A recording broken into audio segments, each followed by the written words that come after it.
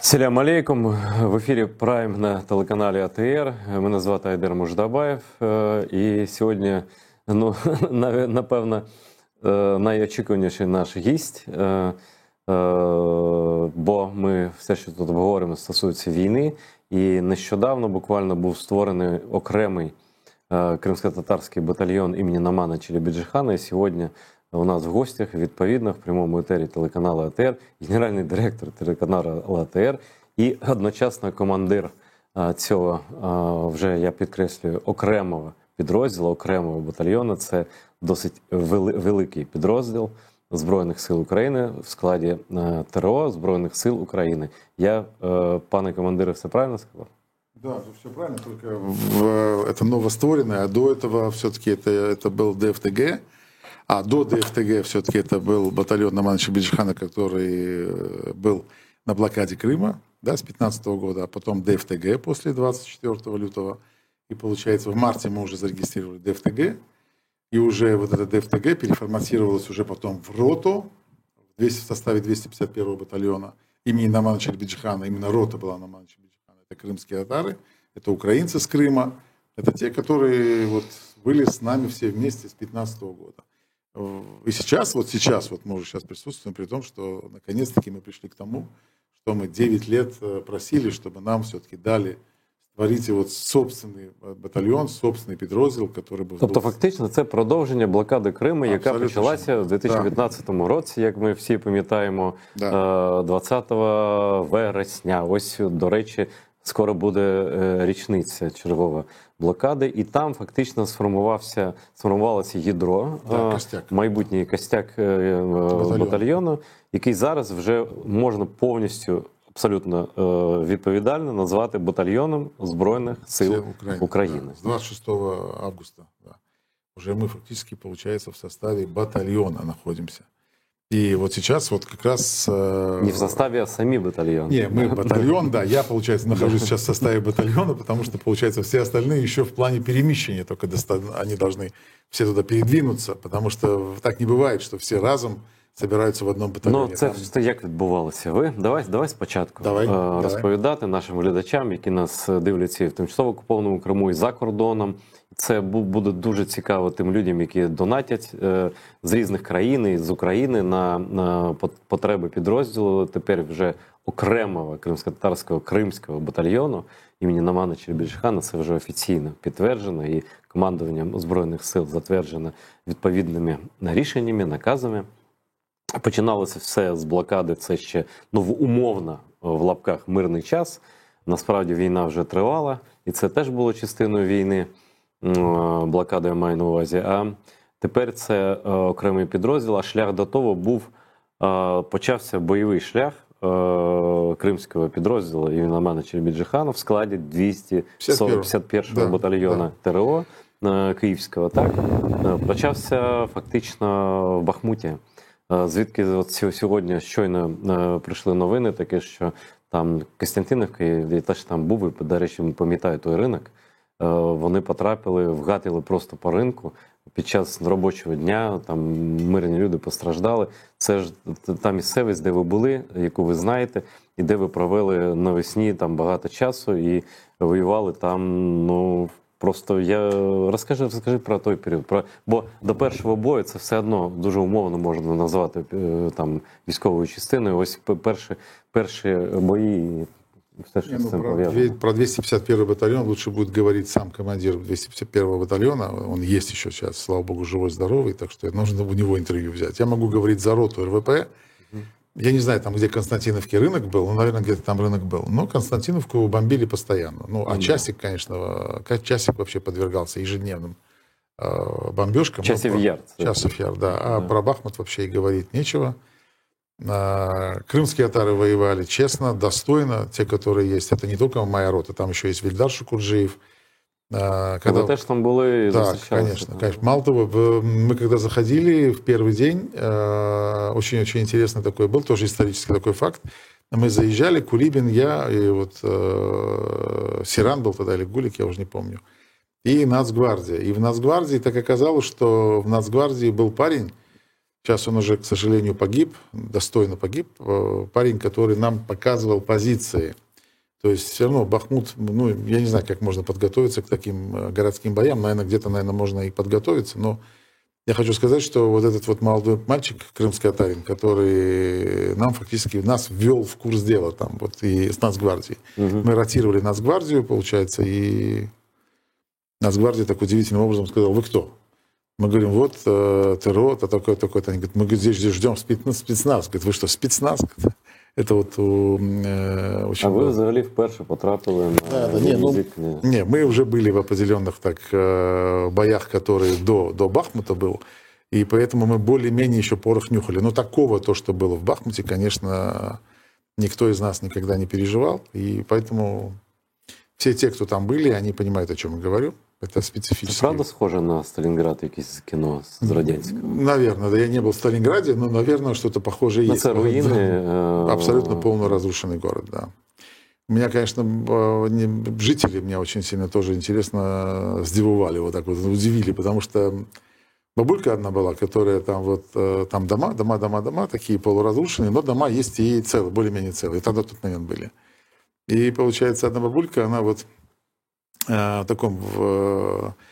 таким каким-то вот гребешком она собирала снаряды из земли. Так вот я ей подошел и говорю: что вы делаете? Вот, там вообще не было возможности стоять, там, допустим, там как-то ходить. А вот эта бабуля, она... И вообще, на самом деле, вот люди, которые там остались, жили, они вообще очень интересное впечатление производили. Они не очень-то сильно хотели нас там видеть тоже, и это тоже удручало. Не все, слава богу, но удручало вот тех, которых мы видели. Это местные, конечно, удручающие впечатления производили. Или за счет того, что они уже прожили в такой стрессовой ситуації, вони змінилися. Ну там ще більшість людей, я думаю, просто поїхали і залишилася специфічна публіка, там, напевно, ну така. Ми не можемо всіх узагальнювати. Ні, в коем случае. Різні конечно. люди, є і ті і патріоти, а є і, може... Я думаю, что да, патриоты уехали. Видимо, те, кто уже не смог никуда уехать, остались, и вот они как-то так там выживали. Вот. Поэтому это такой хороший опыт для подразделения. И то, что всего 11 тяжелых ранений получила рота, один 200-й, Фара, вот, мы не смогли его вытащить оттуда, к сожалению, он остался, 400-м остался там. Но на самом деле опыт мы приобрели. И посмотрели, кто из нас на что способен, и посмотрели вообще, как это происходит. Это для нас большой опыт был. И поэтому сейчас вот те ребята молодые, да и девчата, которые приходили служить в ТРО, тогда они просто заходили, они тоже поменялись, стали совсем другими людьми уже совершенно, более уверенными в силах собственных. И мы уже больше понимаем то, что на самом деле, какие ошибки мы совершали, как можно было делать по-другому, что можно было делать, как, и как готовиться в будущем на то, чтобы на самом деле, что нам предстоит еще. Тобто зараз і ти, і командири підрозділів, ну, який костяк, про який ти кажеш, вони вже знають точно, як це відбувається. Точно знает только Господь Бог. Только точно такого, наверное, знает. Мы можем только применять то, чему мы научились. Ну, я про знання і про досвід. Да. Такий досвід достатньо все одно кровавий. І я вічна пам'ять людям, які і здорові тим, хто поранений, і вічна пам'ять нашим загиблим усім. І тим, хто загиб у складі кримстарського підрозділу. Сірана потеряли, тільки він був в другому підрозділенні, якщо ти пам'ятаєш. Сіран – це наша людина, яка, здається, одною з перших, да, загинула. Да, он на самом деле был такой очень веселый, весельчак такой Сіран. Це людина, Сіран, якого Джамала називає і все життя буде називати своїм братом. Хоча він... Для всіх він для нас був братом, братишкой, да. У нього 3 дітей осталось.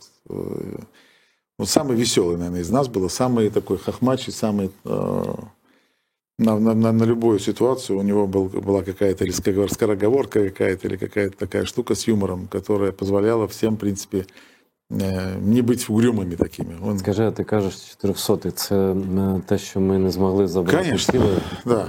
Если тело не забираешь, то его не признают 200-м. То есть... Але людина загинула. Ну, конечно, мы видели, что он загинул, конечно, и у нас есть. Но это юридическая сторона вопроса. А як повертати для поховання таких випадків людей? Не знаю, некоторые как-то умудряются договариваться и обмениваться. Ну, тогда вагнера были, когда мы там стояли с той стороны, поэтому мы... А це вони вбили? Да, потому что в том месте, где мы находились, вот и промка, там находился с той стороны Вагнер.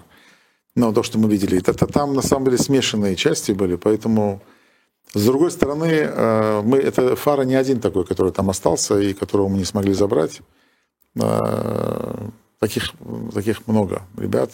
С другой роты тоже, у Вильдара тоже там есть ребята, которые там остались. К сожалению, что если дома, допустим, в постройках обрушиваются, то остаются там, естественно, погибшие люди остаются.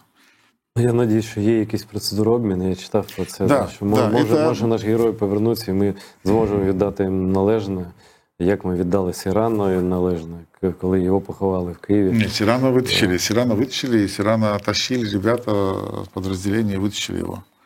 И он уже третью пулю уже получал, уже когда он уже лежал на земле, когда его тащили, скорее всего.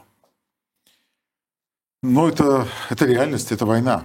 От этого никто не застрахован. Твій головний висновок після Бахмуту.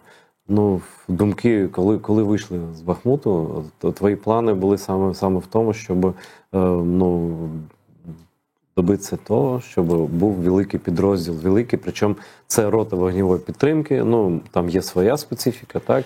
А коли йдеться вже про окремий підрозділ, я думаю, що це нашим глядачам дуже цікаво буде почути, в межах того, що не є військовою таємницею, чим відрізняється рота вогневої підтримки, якою був підрозділ імені Манича Біджихана, від того, що створений окремий 48-й батальйон ТРО ЗСУ, окремий штурмовий. Штурмовой, да. Значит, разница в том, что когда ты командир роты, ты знаешь только часть информации, и ты не можешь влиять на весь замысел боя.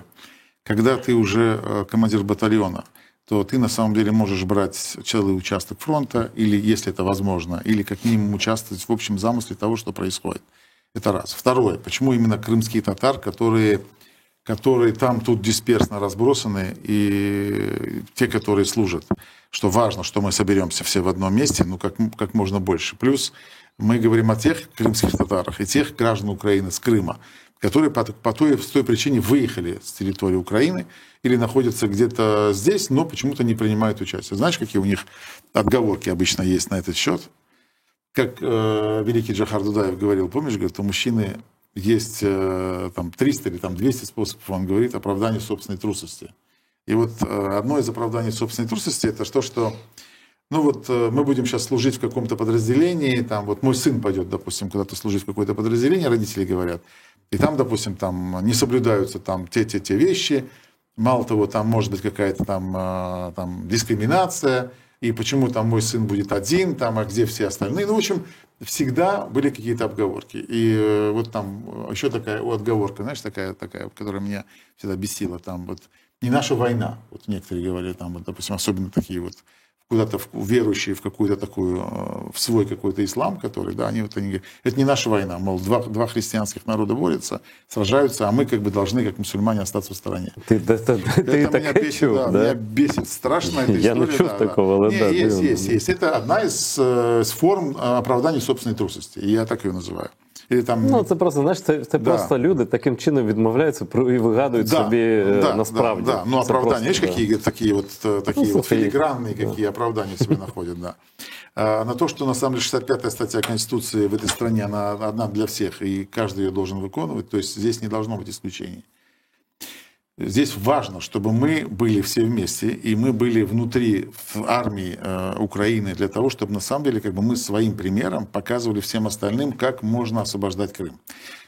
Мотивировать крымских татар на то, что освобождать Крым не нужно вообще, потому что рассказывать лучше нас Крим і лучше нас дорогу на Крим ніхто не знає і ніхто не знайде. Я думаю, що і командування, воно, коли ти з ним спілкувався на цю тему, воно мало на увазі те, що хто за кримців більше хоче звільнити Крим, повернутися в Крим, яких вигнали звідти. Це мається на увазі там не лише виключно етнічні Кремли, а це можуть бути і люди, які інших національностей, українці, які з Криму. І взагалі люди, яким дорогий Крим, які хочуть звільняти Крим у складі саме кримського підрозділу. Тому ти сам про це скажеш. Ми запрошуємо всіх, кто хочет служить. Здесь история должна быть, да, здесь история должна быть такая. Если люди, которые служили в советской армии, вот как я служил, да, в свое время, там, хотя я проходил там военную подготовку на кафедре, но неважно, есть те, которые служили по 2 года, там, служили по году, как-то в разных видах войск, офицеры запаса. Они без звука должны быть сейчас все здесь, потому что это как раз то, чему их учили в свое время, и они должны выполнять свой долг. Понятно, что если офицер запаса больше 45 лет, это по властному бажанию, там он может служить, то нет, но вот как мыслят вот те, которые вот в возрасте уже, те офицеры, которые пришли, которых набрали в ТРО ЗСУ, так как если ты взрослый человек на месте уже находишься, ты чью-то молодую жизнь сохраняешь. Кто-то молодой может еще доучиться в институте, может где-то еще пройти, какую-то кафедру закончить, и следом потом за тобой прийти. Ну, грубо говоря, за детей. Да, чтобы они могли подготовиться, чтобы чуть-чуть косточки, чтобы у них подросли, чтобы они смогли окрепнуть чуть-чуть. Вот в этом мотивация, смысл такой, именно вот служить таким, как я. Но мне уже 57 лет. Все-таки, да. И получается, чтобы те люди подкрепились. Но вот за мной идут молодые крымско-татарские офицеры уже, которые также уже пришли. Твое звание, пане капитан. Да. Сейчас, получается, те ребята, которые пришли, точно так же там пришли с институтов юридических, пришли те, которые даже еще не были, но с высшим образованием не служили, но они прошли подготовку и тоже сейчас уже в составе Сбройных сил Украины, они сейчас выполняют самую статью 65-ю. Защищают Украину.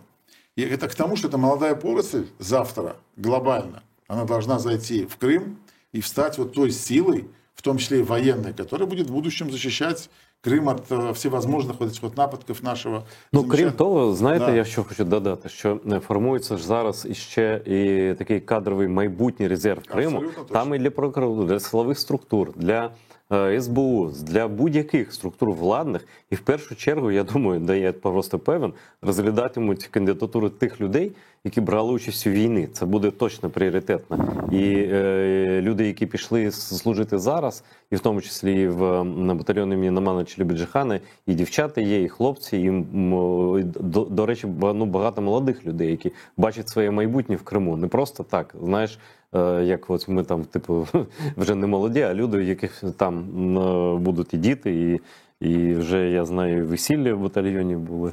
Не, ну вот у нас сегодня еще одна свадьба, мы женим Савапа и Ильзару. Вот сегодня прям мы буквально... Это правда, это мы мы не подстраивали, да. До этого Гулливер женился, вот сейчас скоро уже вот буквально там Бахшиш будет жениться. Вот сейчас, то есть у нас прям какой-то вот прям, это такая полоса пошла такая свадебная. Это, видимо, вот во время войны какие-то такие вот происходят процессы, что ребята понимают, тоже быстрее мужают и понимают, и делают такие мужские поступки. Ну, вообще, когда мужчина женится, это все-таки поступок. И он на этот поступок, когда готовится, он решается. Это говорит о его способностях определенных. И о качестве мужчины. Поэтому это тоже сподвигло всю эту историю. Вот это вот то, что... И у нас крымские татарки, девушки тоже служат так же. Если ты помнишь, Инвера, к сожалению, он пропал, Вилиляева. Ты помнишь его, ты очень хорошо его тоже знал, который был еще с нами на блокаде, который был с Айдара, помнишь? Ну, ясно. Да. Вот супруга его у нас в речевой службі теж, Ільзара. А жіночі посади є? І скільки їх приблизно? Ну так, 10-20? Смотри, медики в основном все девочки все в основном медики, потому что это все-таки там ротные медики, взводные медики, не говоря уже там про батальонную медицинскую службу, это все, в принципе... Я почему-то не видел много именно мужчин в этой службе, может быть, мне так попадалось. А вот девчонки в этом вопросе, они более выдержанные, что ли, более эмоциональные в этом вопросе, они более готовы спасать, более готовы помогать. Как-то так. Вот мне так получалось, мне так встречалось. Вот вообще про медицинскую службу, которую мы видели, тоже, на самом деле, как бы очень здорово помогали граждане не Украины, которые тоже были врачами и тоже были на... Иноземцы были с вами? Да.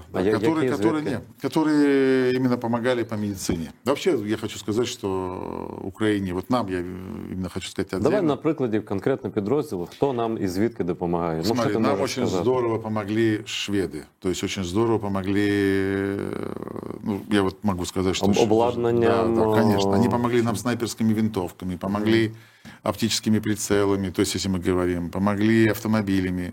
Эстонцы очень здорово нам помогли. Такий естонець є Аркадій Бабченко. Аркадий Бабченко, да, один из них, там Рома, Ян, сами эстонцы. Потом оказалось... САБ-ЮА организация очень помогает подразделению с первых дней. И вот от всей души и я, и Ленур благодарим этих эстонских горячих парней, очень, и не парней, и девчонок да. эстонских за постоянную поддержку. Они вообще не оставляют нас ни на день. Спасибо, Аркадий, спасибо, Рома, Оксана, Ян. Всем спасибо, ребята. Да, такие удивительные вещи были, когда Ян, эстонец, меня знакомил с военным атташе Эстонии здесь, с Эру, а в итоге выяснилось, что мы с ним служили в советское время в одной военной части в Черчаке. Это получается, да, вообще интересно. Но он как профессиональный военный служил, а я, получается, там кафедру проходил, и я оттуда как бы уже ушел через несколько месяцев. А он дальше служил в танковой части Черчикской. Тоже очень интересно. Вот так, знаешь, какая... А шведы як знайшлися?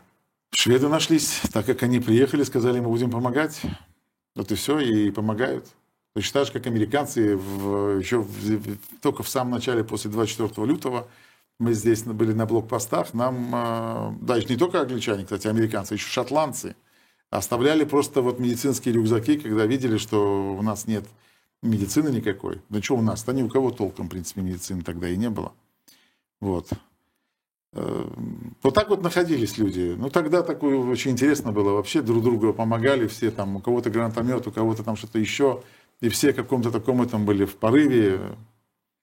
Но зараз треба ще більше допомоги, більше людей, більше Сейчас надо идти в наступление. И поэтому сейчас то, что мы делали, то, что мы проходили, сейчас уже в новом составе, это уже штурмовой батальон, это уже не батальон. А тобто ще, знаєш, відмінність яка? Там були бої все ж таки на захист, так? В обороні. Ці бої в Бахмуті були. Я вообще бы, на самом деле, как бы ТРО бы с ДШВ бы, на самом деле, сравнивал в определенных вопросах, потому что бои были разные.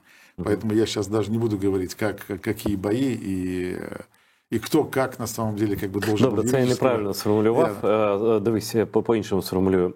Тобто штурмовий батальйон, він апріорі за назвою, він призначений для наступу. Правильно? Абсолютно точно. И по зброї, и по складу особовому. И по подготовке. Да. И поэтому сейчас задача. Вот для чего я сегодня тоже вышел в эфир, хотя я уже год с лишним не выходил в эфир, чтобы, посмотрев этот эфир, офицеры запаса, которые есть сейчас дома, там, или молодые ребята, которые есть дома сейчас, которые по какой-то причине, или там те, которые уехали, вот взяли и уехали, без всех этих каких-то там этих сослагательных наклонений, там все такое прочее, нужно вернуться сюда и вступить, если вы с Крыма, именно с оккупированной территории там, Херсона, или части Херсона, или какой-то другой области, вы можете, в принципе, вступать и вставать в строй. То есть, фактически, по идее, вы сможете, в принципе, вернуться в Украину и вступить в Збройные силы Украины.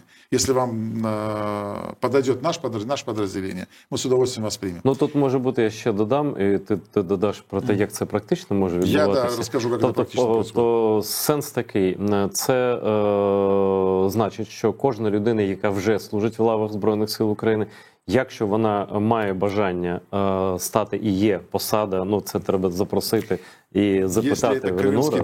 Да. И если это гражданин Украины с Крыма, то он может меня набрать. Мы телефон попросим редактора, чтобы он, в принципе, мой телефон у многих уже есть, но пусть дадут. Можете мені писати, да, я можете написать, да. Здесь задача такая, что не заперечивать, а именно, если властное бажание есть кому-то перейти к нам в подподроздел, и эти граждане Украины с Крыма, то, в принципе, это возможно, и возможно без таких сложных проволочек.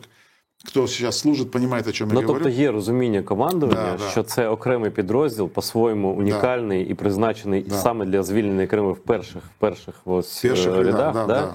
І тому буде сприяння тим, хто захоче перейти за своїм професійним досвідом, вже із діючої армії, з воюючої армії. І так само можуть люди, до яких ти звернувся, які ще не в армії, до яких надходять повістки, вони йдуть в військкомат, і там вони теж можуть сказати, я хочу служити в 48-му окремому штурмовому батальйоні іменно на Мала-Чебіджахана, командир, капітан ЗСУ Ленур Ислямов. Правильно? Так.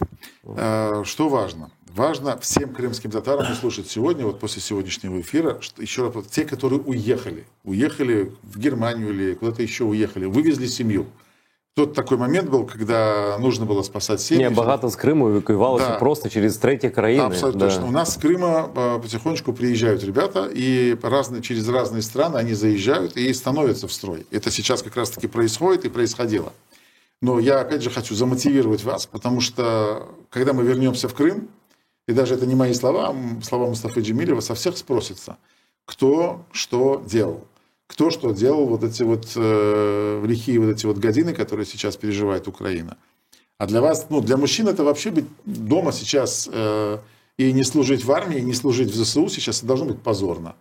Для нас, для крымских татар, это дважды позорно, потому что Крым оккупирован, и Крым находится Крим сейчас... був окупований першим, все почалося. Да, и должно закончиться им же. Должно им же закончиться, мы об этом говорим каждый день внутри себя, но вот сегодня мы хотим именно в эфир этот месседж вам послать, чтобы вы понимали, что находиться сейчас не в ЗСУ мужчине с Крыма, особенно крымским татарам, это позор. И никак не по-другому. Если нет другого, конечно, там заболевания какого-то, там есть определенные обставы того, как можно, в принципе, юридически это все. Если это действительно так, и вы не помогаете, допустим, по-другому, и не воюете как-то по-другому, то вы должны служить сейчас все в армии. Я поэтому всех вас призываю. Там не умирать, как так некоторые говорят, идем там умирать. Нет, не умирать. Освобождать, именно воевать и освобождать свой Крым. Именно наш Крым. Тому, хто він принадлежить. Ну і ще я закликаю жодним чином не вірити російській пропаганді, яка саме вони знаєш, як роблять? Ну я ж знаю, що вони там кажуть у себе. Вони кажуть, що, тобто вони про себе розповідають, що ось вас, українці, не повертайтеся з Європи, вас впустять на м'ясо, на фарш. Який фарш? У нас лише зараз просто в армію потрапити без підготовки неможливо. Це закон, це на м'ясо тут ніхто не відправляє. Тим більше ви подивіться на Ленура Ислямова, на його ставлення до людей, до особового складу, і будь-хто в батальйоні скаже, що це не та людина, яка буде гнати на фарш, і взагалі таких командирів в армії дуже не люблять, якщо навіть вони такі траплялися десь. Да, в принципі, більшість командирів відповідальні, нормальні, гуманні і чесні люди. І це не російська армія, це не фарш з народів поневолених, це не фарш з бурятів, татарів казанських там або якутів. Да. Ми не фарш, ми вільні люди, ми свободні люди. І ставлення один до одного, що рядовий, я просто бачу, як Ленур Ислямов спілкується з людьми, які приходять, які вже давно служили. Жодною людиною він не спілкується зверхньо. Абсолютно все в найкращому сенсі за уставом, і по-людськи все відбувається. Я що хочу сказати, значить, хочеться все встигнути, в нас все одно обмежений час, і половина ще залишилася, нормально, ми встигнемо. Да. Я просто хочу сказати, що ти згадав, Ленуре, про те, що все почалося з Криму і все закінчиться у Криму. Це речення, яке сказала колись Севгіль Мусаєва, наша відома редакторка Харемли, патріотка, яка є редактором найкрупнішого, найвідомішого, найавторитетнішого видання «Українська правда», да, і яка теж дуже багато допомагала і з перших днів підрозділу кримсько-татарському, кримському, і зараз допомагає, і допомагатиме далі весь час. І так само, як вона, як «Українська правда», вони допомагають різним підрозділам, у тому числі і нам. Я хочу ще сказати, таку, може, рекламну, в найкращому сенсі паузу таку зроблю, що нам допомагають люди абсолютно неочікувано. Тобто, коли ми кидаємо заклики допомагати батальйону, ось ми збирали, ви, може, знаєте, там, по наших етери з Сергієм Висоцьким, да, там з Аркадієм Бабченко. Збирали ми на дрони FPV, зібрали, хотіли 100 зібрали 106 дронів. Значить, ми зараз збираємо на човни, це я окремо вам розповім, час командира я марнувати не буду на це. Просто потреби нагальні, вони дійсно, які існують. Ми звертаємося лише за тим, що нам дійсно потрібно. І допомагати нашому підрозділу обов'язково буде і Джамала, і всі інші. Долучайтеся всі, хто чим може. Хто може воювати, долучайтеся до підрозділу, може лікувати, долучайтеся до підрозділу, може постачати щось, долучайтеся до підрозділу, бо зараз просто останніми днями, місяцями останніми я бачу, що люди, які до мене звертаються, до батальйону просто через мене, да? Це люди зі Словаччини, да? Це люди, Швецію ти сказав, да? Значить, люди казахи, Вони кажуть, ви, Кремли і українці, ви наші брати, в нас прапори схожі. І, в принципі, і дух в них такий. Вони теж ненавидять окупантів, кацапів, ненавидять і хочуть, щоб їх тут не було. І це війна і за Казахстан так само, я звертаюся, і до казахів, між тими, до грузинів, які воюють дуже відважно в складі Збройних сил України і допомагають і своїм. От, до речі, треба брати приклад. Так, і нам нам грузини допомагають. Да. Тобто ми всі один одному допомагаємо, і люди з Лондону пишуть, шлють гроші. На ці гроші ми потреби якось там закриваємо. Це важко, насправді. Витрати величезні. І це були величезні витрати, коли там був підрозділ рота вогневої підтримки, а зараз уявіть собі, там на декілька разів це більше, це батальйон Збройних сил, повноцінний, окремий штурмовий. Тут, звісно, буде інша зброя, все буде інше, але це абсолютно не скасовує потреб. Тобто менше нам не потрібно лише більше допомоги від вас. Тобто і ми не можемо покладатися лише на державу, бо, погодьтеся, держава – це ми і є. До речі, де б ми не жили. І люди ось просто телефонують, мені сьогодні телефонує людина, каже, у мене є човен гумовий з мотором, я хочу вам подарувати. Там багато перешкод водних, між Херсоном і Кримом, а це нам все буде треба подолати на цій відстані. І це не шлях по дорозі, це дуже складний шлях і в ментальному сенсі, і в фізичному, і в кривавому, і в бойовому сенсі. Це нам треба забезпечити наших людей максимально і медициною, і евакуацією, і швидкою допомогою, і броньованими автівками, і всім то потреби. Те, про що ми розповідаємо, це лише невелика частина потреб, вони зростають, і волонтерська допомога не має падати. І люди дивляться нас і знають про наш підрозділ в Ірландії, звідки прямує до нас ще один човен з мотором. І з Києва люди дарують, і завтра я поїду забирати ще один човен. Тобто люди про нас пам'ятають, думають, і всі, хто має хоч яке відношення до Криму або Кремли етнічний, де б він не жив, громадянин України, українець з Криму, українець, який любить Крим, який любить наш народ і знає кримськотатарський, знає, хто ми такі, і ми знаємо, хто такі українці. Ми лише разом усі можемо подолати цього ворога. Ніхто замість нас цього не зробить. Я перепрошую за цю проповідь, може я вкрав трохи часу, але мені здається, це важливо було сказати про тих людей, які завжди з перших часів допомагали. Долучайтеся до них, ставайте разом або в лави ЗСУ в батальйон Кримський, або поруч телефонуйте мені, пишіть будь-які месенджери. Я завжди вас сконтактую, сам все вирішу, сам вам скажу, що робити, що можна зробити. Не соромтеся, час прийшов, час настав. Знаєте, як Степан Бандера сказав, людина, яку я дуже поважаю, як і Джохар Дудаєв, це взагалі мій особистий знайомий, на щастя, про якого Ленур згадав, я одразу згадав, як я сидів за ним, як з тобою, з ним за столом в Грозному, в тому 93-му, страшно сказати, 30 років тому році. Ось ці всі люди, вони нам вказували фактично шлях. І ми маємо цим шляхом йти лише разом, і інших просто варіантів немає, не існує. Давайте брати примір з найкращих і самим ставати такими. Після того, як ми повернемося в Крим, я всіх цих людей зберу, я вам просто особисто обіцяю, Ленур кожному з вас потисне руку. Ви всі неймовірні люди, і ми разом це зробимо. Крим сам не повернеться. Чекати повернення Криму не можна, не треба, і це просто ганебно. Крим треба повертати нам самим, а ніхто за нас цього не зробить. Крапка. Перепрошую, пане командир. Здесь не нужно оправдывать собственную трусость, которая существует. Опять же, и с тем людям я обращаюсь, которые сейчас с Крыма, которые вот находятся сейчас здесь, где-то там вот на материке, не выехали. Получать повестку, идти в военкомат, это, конечно, такое вот, это чуть-чуть стыдно, потому что все-таки вы должны сами до военкомата доходить, и сами должны сказать, что вы здесь, и что вы готовы встать в строй. Неважно даже, если даже не в ОШБ-48, Кнамановича Биджхана батальон, а в любой другой батальон, но должны наполнять батальоны. Ребята, которые служат, ребята, которые на передовой, и они на самом деле как бы ждут, что в какой-то момент их тоже сротировали. И это очень важно, потому что любой человек психологически сложно переживает тот момент, что его не ротируют долго.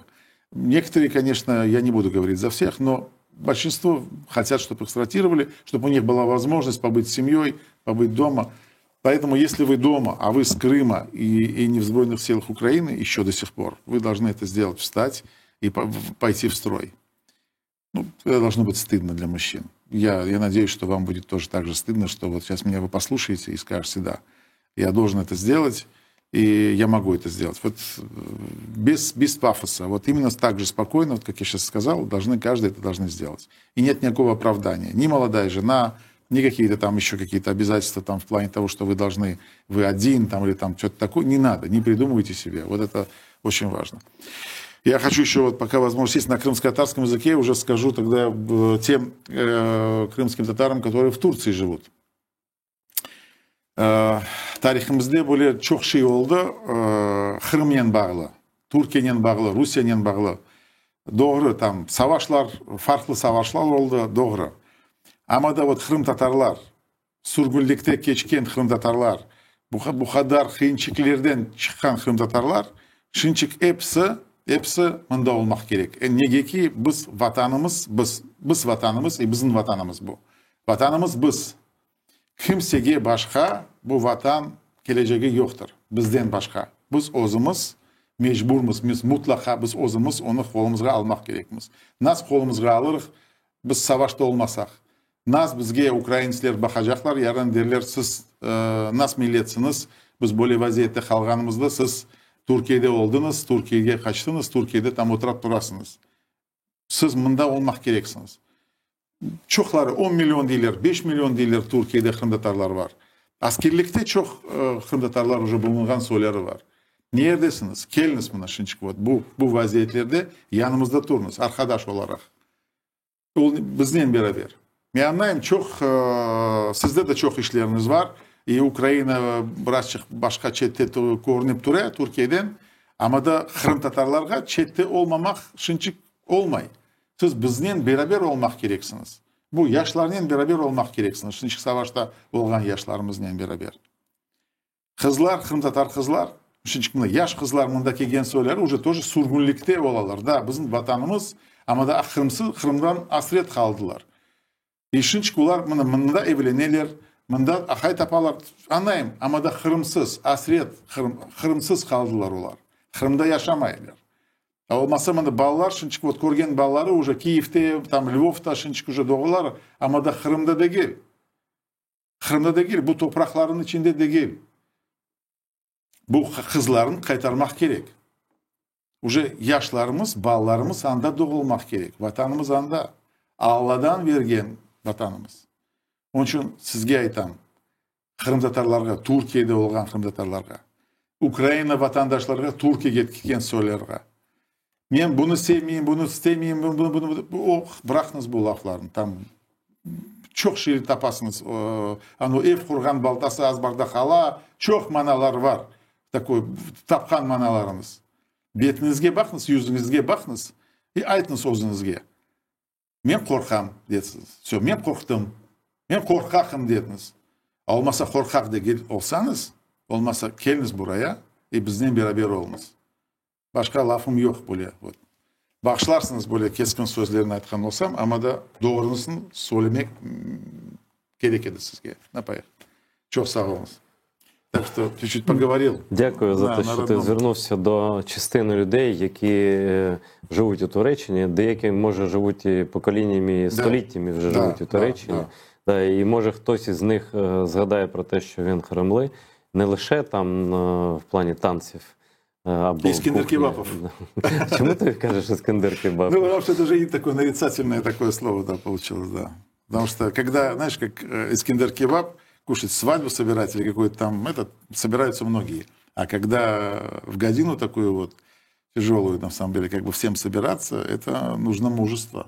Это нужно мужество, силы и самое главное, нужно смелость определенную, которая, если помнишь, как города берет. Помнишь, да, вот смелость нам нужна. И дорога до Крыма никому не откроется, если не будут крымских татар там. Крымские татары должны первыми открывать дорогу. Первыми должны идти и освобождать Крым. Не кто-то другой. Мы первые должны. И это очень важно. И то, что сейчас нам большую честь оказало командование, что позволило нам формировать собственные подразделения и позволило нам самим набирать людей, самим фактически их выбирать, это тоже очень большое, на самом деле, как бы доверие. Для меня это очень серьезное испытание, и к этому надо очень серьезно. Слухай, це взагалі якесь диво відбувається на наших очах. Ну, тобто, рік тому, навіть місяць тому, я б не знав, а от 10 років тому я взагалі б сказав, що таке неможливо, просто не може бути в природі ніколи за замовченням. Кремли міністр оборони України. Да. Повторіть це тричі, 10 разів повторіть. Це правда, це не жарт. Розумієте? Рустем Умєров, міністр оборони України. Я вітаю Рустема. І Ільнур, звісно, приєднується. Да. Ну, що таке це таке? Скажи, яка відповідь? Що таке, як це розуміти? Вот кусок августа, там, получается, 26-го меня назначили, получается, вот Рустема сегодня у нас 5-е. Это был Арсен Жумадилов. Я сказати хотів про Арсена. Да, Арсен Жумадилов стал вот буквально вот тоже, это тоже крымский татарин. А як називається? Це бюро по закупівлі Агенція по оборонним закупівлям при Міністерстві оборони. Так, здається, да, називається? Это то, за что ругали Резникова, да. Пока не будемо його всує. Ні, ми не будемо обговорювати кадрові речі, як є, так є. Але Арсен Жумадилов теж буде працювати на оборону. І він, здається, в Збройних силах вже знаходиться, да, і зараз він ось по конкурсу пройшов ще до призначення Рустема Умєрова. Рустем Умєров – це от найвища посада і всю історію нашого народу, так, в державі України незалежній.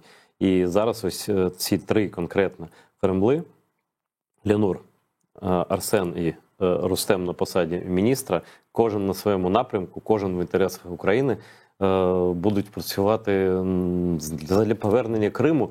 Ну, а як? Ну, це питання, яке наш президент сказав до всіх, до будь-який військовий скаже, що без Криму не буде нічого. Ні незалежності, ні безпечним світ не стане. Це однозначно. І це і те, що призначили, такі призначення і конкретно призначення Рустема Умєрова, ну як ти думаєш, це сигнал такий усім, що про Крим ніхто ніколи не забуде, навіть думки такої не мають. Ані наші вороги, ані наші союзники, хто там в їхніх, там, може десь в політиках захоче схиляти нас до того, щоб ми залишили їм Крим, і типу, знаєш, там домовились про щось. Это вообще тоже очень интересно. И Арсен Жумадилов тоже с Ялубой Тарафардан, и Рустем, и мы, получается, фактически вообще мы почти с одной деревни все. Тоже очень интересно. А, до речі, історично, коли кримці ходили палити Москву, переважно це були Ноги-Елар. Тобто я пояснюю українцям, хто не знає іншим, це північні. Джанкой, ну, Перекоп, це такі більш войовничі були такі люди, вважалися в Кримській державі, в тодішній, середньовічній. А ці хлопці, ці три хлопці, вони навпаки з півдня, Ялибою та Южнобережні, Південнобережні. Оце як історія теж. Ні, но гайці, ти зараз, якщо вже в історію вийшов, то гайці степні, вони степь. Так, ну вони і були базою війська держави. Ну, вони конниці і були, конниці були, да. Ялибої все-таки це були ті, или командири тогда, да, но тоже на самом деле были, смотри, даже турецких султанов, янычары были из лица крымских татар, которые... Ну, практика яничарства, вона не дуже хороша. Мені, знаєш, хто більш нагадує яничарів, я тут Османську імперію не хочу чіпати, це їхня середньовічна справа. Ось нагадують мені, знаєш, ті манкурти з числа татар казанських, які йдуть и гинут тут, да? Это отдельная история. Они, да, во-первых, мы харамлы, мы, если брать эту уже историю, но мы сейчас с тобой перейдем в другую отрасль. Ні, ну там ще якути, є буряти, неважливо, як вони там називаються. Путин уничтожает, тюрьма народов, вона і є тюрьма народов. І гонить у першу чергу, дивіться, у першу чергу гонять кого? Не росіян етнічно, вони обирають тих, кого їм не шкода. А ви, я не знаю, кому я звертаюся зараз, люди, які погоджуються з тим, що вони мають умирати за кацапів, за м'ясників, які нас знищували, які знищували народи корінні, народи так званої Росії, вони тимчасово там перебувають, таких як казанські татари, там булгари, да, яких вони просто з них геноцид почався. Кацап це звідти, кашап це різаніна, яку влаштував і Іван Дикий, якого чомусь Грозним називають, і там він перерізав чоловіків, багато людей, там і зрештою підкорив цілу велику за розміром татарську націю і зараз використовує в якості гарматного м'яса. Теж, да, як і бурятів, як і якутів, як і калмиків, як і всіх насправді, та про росіян взагалі не кажу. Но то, что Рустема назначили, и то, что Рустем каждый день думает о Крыме, даже без сомнения. И Арсен, да, это люди, которые тоже каждый день, в которых в голове собственний дом, который остался в Криму, і собственний, как бы, вот эти вот все... Слухай, ну неможливо на будь-якому рівні, Да, а Рустем Умєров знає декілька мов, ну 4-5 як мінімум. Мені сказали, що і французьку, що він каже, знають, там французи кажуть, а він каже, журналісти, мені багато, мені 3 або 4 компанії там телефонували, або газети Франція, Німеччина, Британія, питали про Рустема Умєрова, про призначення, яке сьогодні відбулося вже де-факто, да? І я не уявляю собі, як будь-хто просто заведе розмову у присутності міністра Кремли про те, що Крим треба комусь залишити, не чіпати, що це там якесь там яйце Путіна і тому не треба. Треба. Навпаки, саме це і треба. І про це йдеться, я певен, зараз під час перемовин Блінкена приїхав держсекретар Сполучених Штатів сюди, він з Дмитром Кулебою зустрічався і зустрічається зараз. Я думаю, там йдеться лише про звільнення України, а не про які, не, знову ж таки, російська пропаганда бреше. Ніхто не пускає нікого на гранату м'яса, ніхто не здає Крим, ніхто не буде домовлятися ні з ким. Ну, по-перше, через те, що з Путіним не може домовитися. Ось Ердоган з'їздив до нього в Сочі. І що? І нічого. Ердоган нічого не може зробити з ним. Він абсолютно не договороздатний. Это, мы, помнишь, Шольца даже интервью смотрели, который говорил, что он буквально за день до этого летал к Путину, до 24 февраля он летал к Путину, и Путин ему клятвенно обещал не начинать войну. Полет фанеры да, над Берлином. Да, точно. Макрон был до этого, если помнишь, они летали каждый там буквально там. Но він переконав усіх, що він бреше постійно. Да. І всім абсолютно. Абсолютно. Поэтому никто с ним никаких переговоров вести не должен. И то, что сейчас законодательно заборонили переговоры, это очень важно. Никаких переговоров. Помнишь, как Черчилль говорил, тогда, правда, он проговорил про фашистов, он говорил, что они бывают 2 видов. Помнишь, он говорил, или, говорит, бывают у ваших ног, или у вашего горла. Вот с Путинами, с теми людьми, кто носит нашивку Z, и с этими, на самом деле, разговаривать можно только со сброей в руках. Только сначала стрелять, а потом разговаривать. К сожалению, да, это негуманно, все такое прочее. Это не так, в пацифизм не входящие как бы речи, но это реально на сьогодні реальність. Пацифізм під час війни це геноцид фактично. Тобто ти здаєшся і фактично стаєш або жертвою геноциду, або ти спостерігаєш за тим, як геноцид відбувається з іншими. Сначала освобождаем территорию, а потом ведем переговоры. Сначала возвращаем свой Крым. Это даже не обсуждается. Это должно быть. А коли, до речі, може це таємниця, звісно, ну я ж не плани військово питаю, коли розмови йшли про створення окремого штурмового підрозділу, про Крим, саме про наступ на Крим йшлося. Тобто це фактично те, про що умовно казали, що силовим шляхом, військовим шляхом, ось вам і військовий шлях, як приклад один з підрозділів, який просто спрямований на це, який для цього створений. Это напишем потом в мемуарах. Сейчас пока об этом говорить не будем, мы будем говорить своими делами. Слов в армії мало, а дел много. Я вам хочу поскаржитися на пана Ленура Іслямова. Це, ну, пан командир, йому не можна нічого поганого казати, але він дуже скромна людина, він дуже непублічна людина, але я вам за нього відповідаю, що він цілодобово і постійно 24/7 займається лише армією, лише звільненням Крима. І є разом із ким займатися, але нас має бути більше. Ну, дивіться, коли такий історичний шанс ще буде в нашого народу разом із українцями зробити таку справу, яка просто на століття вперед буде в усіх історичних книгах, так? І цей шанс ми не можемо профукати, вибачте за таке слово, і не профукаємо, звісно. Але долучитися до нього особисто або ні, це вже вибір кожного, хто нас зараз дивиться. Именно были разные исторические, вот мы с тобой вчера ролик обсуждали, мотивирующие, как бы, да, вступать вот в Збройные силы Украины. У нас есть спильная история с украинцами, и когда украинцы учились, допустим, определенным там видом боя в Кримському Так у нас військо фактично довгий час було фактично єдине, навіть там термінологія вся спільна. Да, так вот теперь, получается, исторически, получается, украинцы учат уже крымский татар, уже те украинцы, которые уже проходили, уже видели, что и как нужно делать уже, они на самом деле учат крымский татар. Хайтар Дуньо называется, вот помнишь, как Хайтар мне вот этот пропеллер? Этот пропеллер, в принципе, вот внутри Украины есть, наверное, настоящая вот эта вот скрепа, которая держит Крым, Украину. Мы фактически обмениваемся. У нас одна история, абсолютно. То есть и Голодомор мы с тобой обсуждали, и геноцид, то, что проходил. Депортации. Да, депортации, все то же самое, да. дискриминации всяческие, которые были, да. И сейчас, получается, это вот действительно вот эти вот дни мы видим, как просто вот открылась дорога в Крым. И эта дорога в Крым, вот она уже, в принципе, вот горит огнями вот этими вот маячками, что давайте все вступайте, давайте идите. Встали и пошли. Все, только нужно встать и пойти. Ничего другого не надо. И для этого, да, для того, чтобы встать и пойти, нужна смелость определенная, и нужно встать, нужно сделать движение первое. Дальше Всевышний все это поможет уже дальше сделать. Ну і підрозділ, і командир про вас потурбується. Це точно. Бо Да. в нас ми таки не кацапи, ми своїх.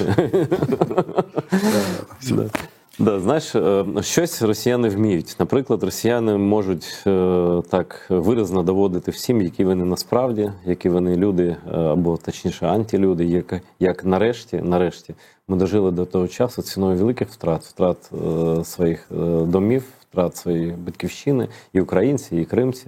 І разом ми тепер чітко розуміємо, хто наш ворог. Він і був, просто нам вишибали пам'ять, намагалися вибити пам'ять, да, через брехню антиісторичну. Але вони ж самі своєю імперською поганою цією людожерською сутністю вони довели, вони показали, хто вони такі маньяки, терористи, вбивці. Їх жодного не має бути на нашій землі, на землі нашого кримського, татарського, українського Криму. Не може бути. І ніхто замість нас їх звідти не попросить. А там наші дома, там наше море, на узбережжі якого вистачить місця всім абсолютно, да? Якщо їх там не буде, а їх там не буде. Але докласти до цього зусиль – це наш обов'язок спільний. Крым – это как один из элементов, как пятый элемент. Вот без этого элемента не может быть Украины. То есть вот это вот как... Пам'ятаєш, як Чорновол про це, В'ячеслав Чорновіл про це казав, що в Верховній Раді, про це, що кримські татари наші брати, тоді його там комуністи, всі ці покидки проросійські його там захлопували, казали, що він каже. А зараз, як із Дудаєм, як із кого б ти не навів приклад будь-який, де люди, на яких колись там фиркали, не помічали, казали, що вони дурниці кажуть, насправді вони казали саме те, що зараз відбувається на наших очах. Ці люди були реальними пророками не в релігійному сенсі, а в сенсі людському такому. Да? Так і все відбувається. В прискореному режимі. Зараз це дуже швидко. І треба встигнути. Вертикаль поменялась. То есть сейчас вертикаль уже скорости друзей совершенно. И тому же имя Номан Челбеджихана, то, что вот мы сегодня вспоминаем, это тоже был абсолютно очень образованный человек, который знал тоже несколько языков и учился и в Стамбуле, и в Саудовской Аравии, и в Петербурге. И этот человек фактически был пацифистом. І що з ним зробили? Тот чоловік, який... Був час романтиків таких, і всі вірили в краще майбутнє, а потім прийшли кацапи, більшовики, і всіх абсолютно вбили. Помнишь, который писал стихи, который говорил, что в Крыму должны цвести...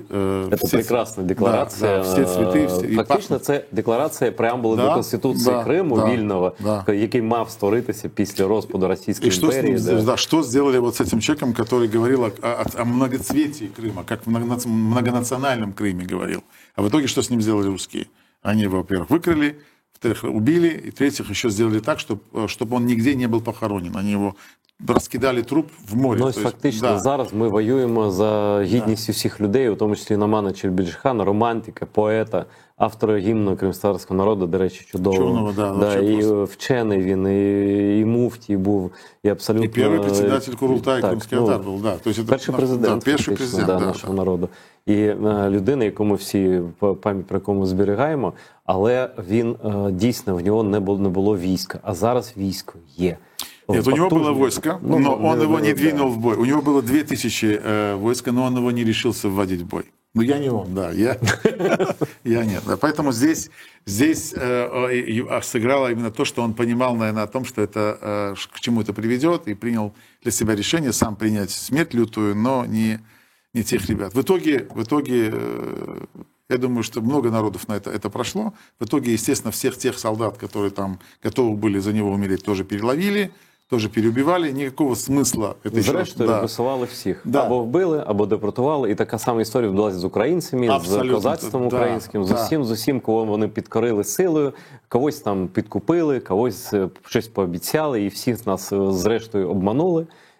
і вбили, і депортували. І абсолютно спільна доля української держави з Кримом, вона пов'язана абсолютно чітко і пов'язала їх, нас пов'язав не пов'язало не лише наше спільне життя тут завжди поруч всі століття, тисячоліття, те, що ворог з нами робив одне і те саме. І ми зараз маємо зробити те ж саме з ворогом. Вони мають повернутися до свого дому, де вони там жили, а в Криму мають залишитися незалежно від національного походження кримські люди, які люблять Крим, для яких це не завойована територія.